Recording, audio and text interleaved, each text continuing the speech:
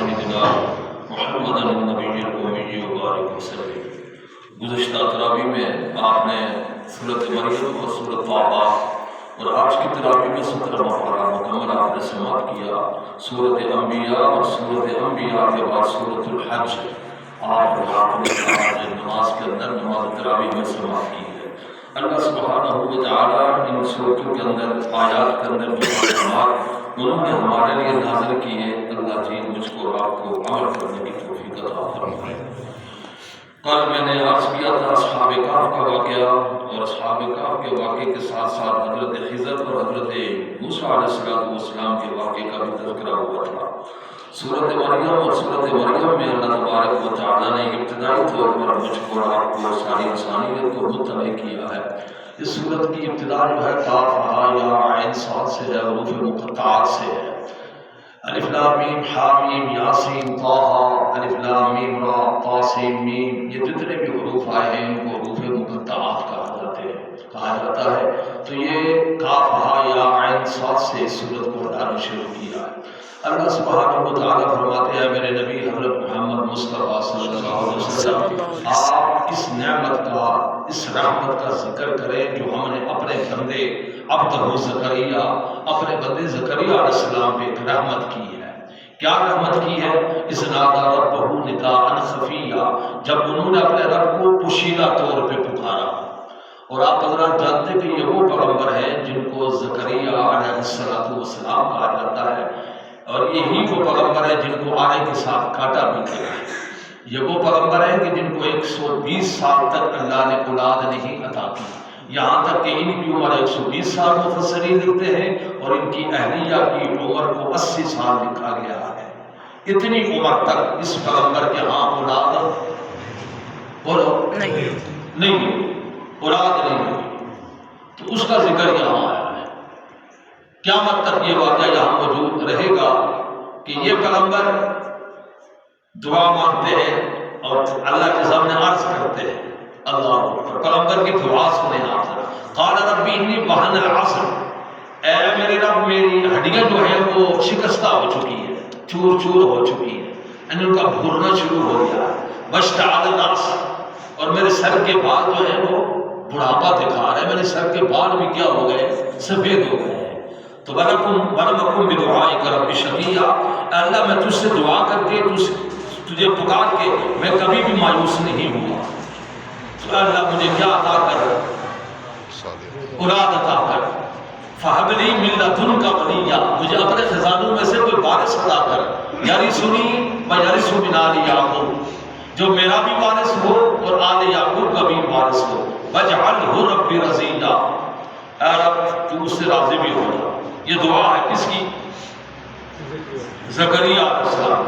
اور آج آپ نے یہ دعا بھی سنی، آگے جا کر 2-3 دعاؤں کا ذکر آیا۔ ایک دعا آپ نے سنی ہے لا الہ الا انت سبحانک انی کنت من الظالمین، آج ہی سنا ہے، کل سنا تھا؟ آج انی کنت من الظالمین۔ اور پھر یہاں ساتھ دعا آپ نے یہ بھی سنی ہے رب لا تذرنی فردا وانت خیر الوارثین، یہ بھی انہی حضرت زکریا علیہ السلام کی یہ دعا ہے۔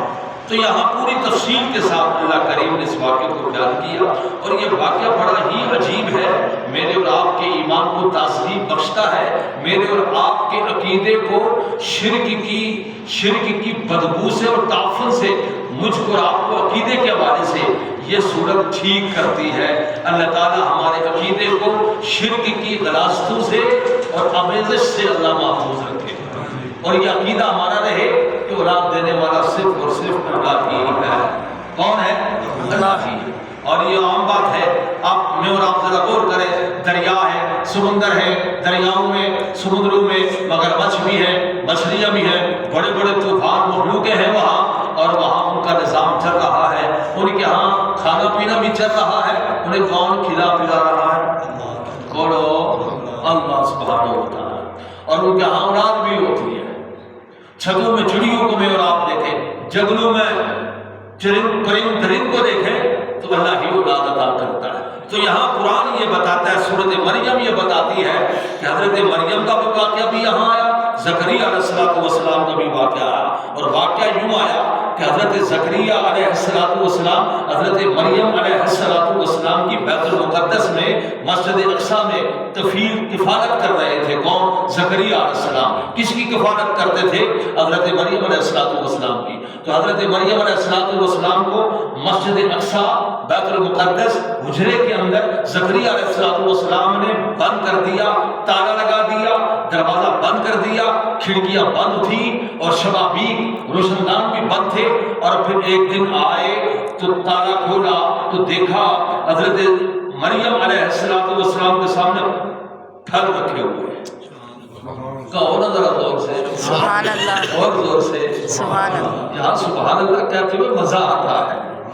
اللہ کی شان ہے، اللہ کی بڑائی ہے، اللہ کی شان پر خوب زور سے کہا کرو سبحان اللہ، کیونکہ اللہ تمام عظمتوں کا بڑائی کے لائق صرف اللہ۔ کون ہے؟ صرف اللہ ہے۔ تو دیکھا تو پوچھا یا مریم انا لکی ھذا،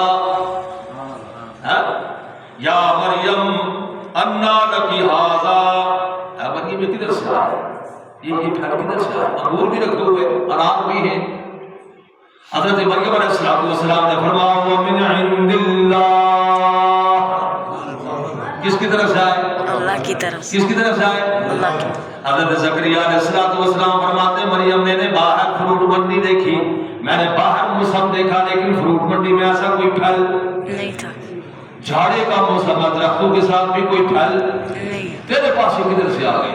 حضرت مریم نے فرمایا ہوا من عند اللہ، اللہ کی طرف سے آیا۔ اور ساتھ یہ جملہ ارشاد فرمایا ان اللہ یرزق من یشاء بغیر حساب، اللہ جس کو چاہتا ہے بغیر حساب کتاب کے رزق دیتا ہے۔ ہنالک دعا، اسی مقام پر حضرت زکریا علیہ السلام نے دعا مانگی، اللہ اگر یہ مریم کے آگے بے موسم پھل آ سکتے ہیں تو مجھے بڑھاپے میں بھی تو اولاد دے سکتے ہیں، اولاد دے سکتا ہے۔ ہنالک قرآن کے لفظ ہے، اللہ تعالیٰ قرآن پڑھنے کی توفیق عطا فرمائے۔ قرآن کو ہم نے نہیں سمجھا، اگر قرآن کو آج ہم سمجھتے ہوتے تو آج ہماری یہ حالت نہ ہوتی۔ اللہ قرآن سے مجھ کو آپ کو، اللہ اس مرکز کو قبول فرمایا، آمین۔ اس مرکز کا یہی مقصد ہے کہ اللہ تعالیٰ اس مرکز کو قرآن سے آباد کرے، نبی کے فرمان سے آباد کرے، اور جب تک ہم زندہ ہیں اللہ ہمیں قرآن کی خدمت کرنے کی توفیق عطا فرمائے۔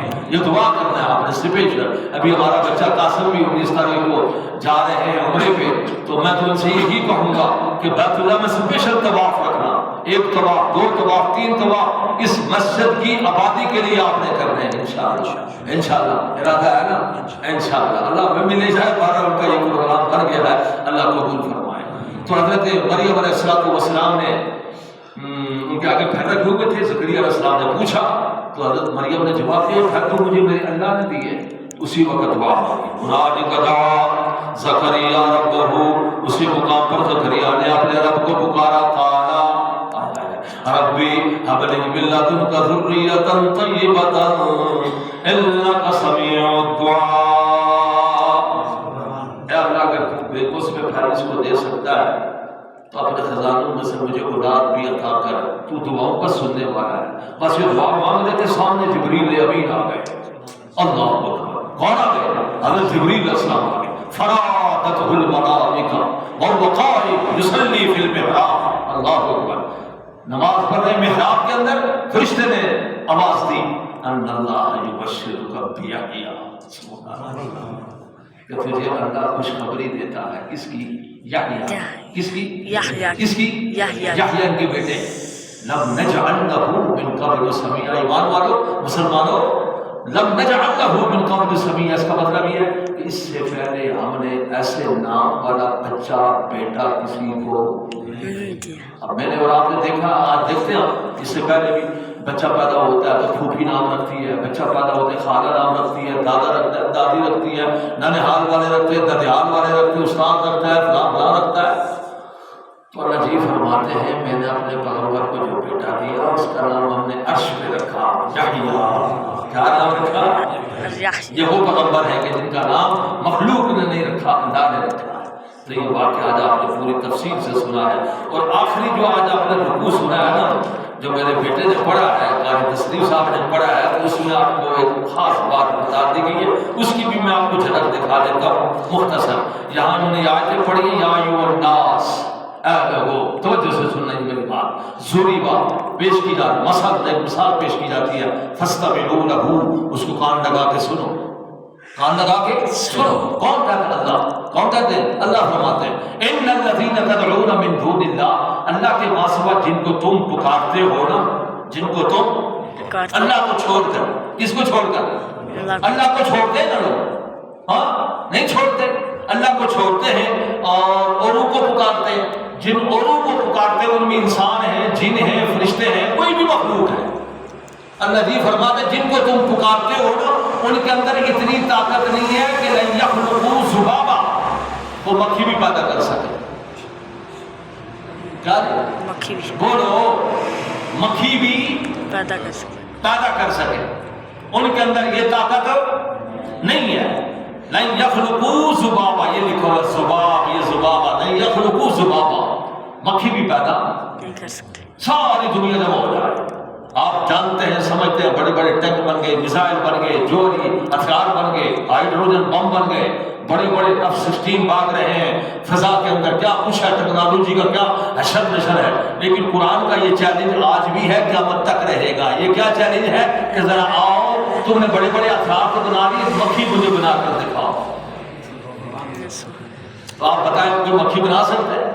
پھر فرمایا یسلبھم الذباب شیئا لا یستنقذوہ منہ۔ اللہ جی فرماتے ہیں مکھی بنانا تو بڑی بات ہے، مکھی تمہارے سامنے جلیبی رکھی ہوئی ہے، مکھی آئی، اس نے اپنے پر کے ساتھ جلیبی کے اجزاء لگائے، بھاگے، ساری دنیا اس کے پیچھے بھاگتی پھرے، اس سے وہ واپس انسان اتنا کمزور ہے۔ اس سے اللہ کی وحدانیت و الوہیت کو سمجھ لے کہ اللہ وحدہ لا شریک ہے، ساری کائنات کا خالق و مالک ہے۔ اور آخر میں یہ آپ کو بتا دیا گیا آخری رکوع کے اندر، ارکعوا واسجدوا، تم رکوع کرو، تم سجدہ کرو، واعبدوا، تم عبادت کرو اپنے رب کی، وافعلوا الخیر، اچھے کام کرو، خیر کے کام کرو، لوگوں کو پانی پلاؤ، لوگوں کو روزہ افطار کرواؤ، سجدے کرو، رکوع کرو، قرآن کی تلاوتیں کرو، مرنے سے پہلے خیر کر لو، اچھے اعمال کرو، لعلکم تفلحون، تاکہ تم فلاح پائے۔ ارکعوا واسجدوا، سجدے رکوع کا ذکر ہے۔ اور آخری آیت اسی میں ہم ختم کرتے ہیں، پھر فرمایا آج 17ویں پارے کی آخری آیت جو آپ نے سنی، فاقیموا الصلاۃ، نماز پڑھو، وآتوا الزکاۃ، زکات ادا کرو اگر تمہارے پاس مال ہے، واعتصموا باللہ، اور اللہ کی رسی کو مضبوطی سے تھام لو۔ وہ رسی کیا ہے؟ لا الہ الا اللہ محمد رسول اللہ۔ پھر فرمایا ہوا توجہ سے سننا یہ لفظ، ہوا مولاکم، اللہ تمہارا مولا ہے۔ سبحان اللہ۔ لوگ آج لڑائی جھگڑا کرتے ہیں، علی مولا علی مولا، اب کوئی کیا کہتا ہے، کوئی کیا کہتا ہے، کوئی کیا کہتا ہے۔ وہ بابا پہلے تو ادھر آنا کہ ٹھیک ہی مولا کون ہے؟ علی تو مخلوق میں ہے، کوئی بھی انسان ہے تو مخلوق میں آتا ہے، پہلے تو اللہ پر بات کرنا کہ اس کا کیا معنی، واعتصموا باللہ ہوا مولاکم، اللہ تمہارا مولا ہے، اللہ تمہارا وارث ہے۔ کل تم نہیں تھے، آج تم ہو، آج تم نہیں ہو تو آج تم ہو تو پھر آنے والے وقت میں تم نہیں ہوگے۔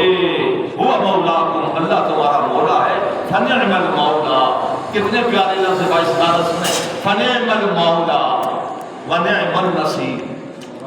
پڑھو یہ جملے، فنعم المولا ونعم النصیر۔ میں کو پڑھتا رہتا ہوں، بڑا مزہ آتا ہے۔ فنعم المولا